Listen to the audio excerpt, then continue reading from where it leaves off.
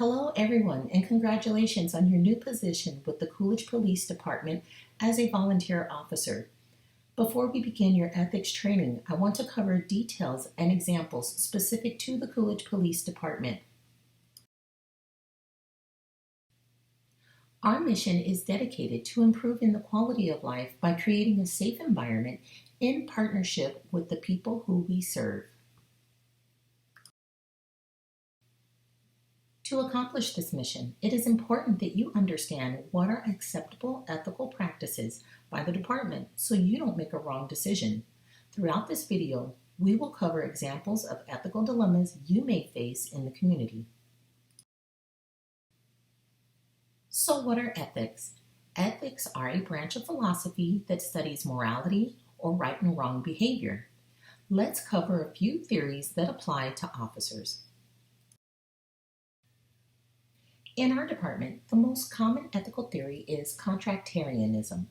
By joining the Coolidge Police Department, a mutual agreement was established, both a written and unwritten contract between you, the department, and the public, acknowledging that you will uphold certain ethical and moral responsibilities. For example, everyone will receive services regardless of differences. This includes age, race, religion, gender, sexual orientation, or disability.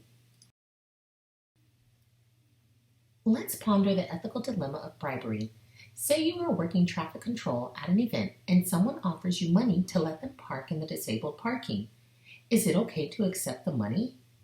No, you have an ethical responsibility to remain trustworthy. You entered into a mutual agreement that you will always be honest in your actions.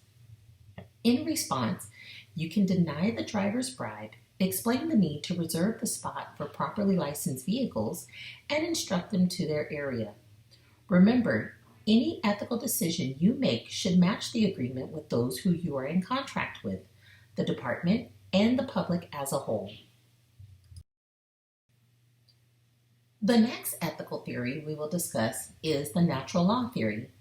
This theory is a belief that God preloaded people to know what is good, and the individual's belief on what is right or wrong sometimes trumps the actual law that you may be trying to implement. How do you interact with people when their ethics are based on this theory? First, we need to understand the theory a little more. Natural law theory identifies 7 basic goods that people will seek out or try to protect. When in confrontation with an individual, evaluate and see if any of these goods are in jeopardy. By fully understanding what an individual is upset about, you will be better able to redirect their focus and diffuse the situation.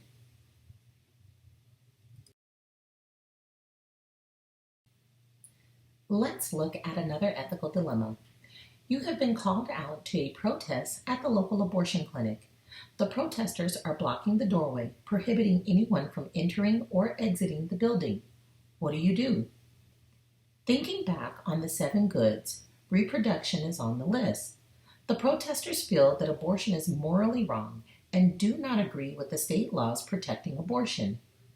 In this situation, you can speak to the protesters, explaining to them your understanding of why they are there, and then give them examples of ways they can safely protest or make a difference that is in accordance with the law.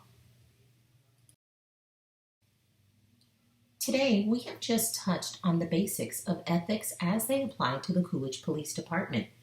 We discussed our mission statement, what are ethics, the ethical theory of contractarianism with examples and an ethical dilemma scenario, the ethical theory of natural law, the 7 basic goods, and an ethical dilemma scenario.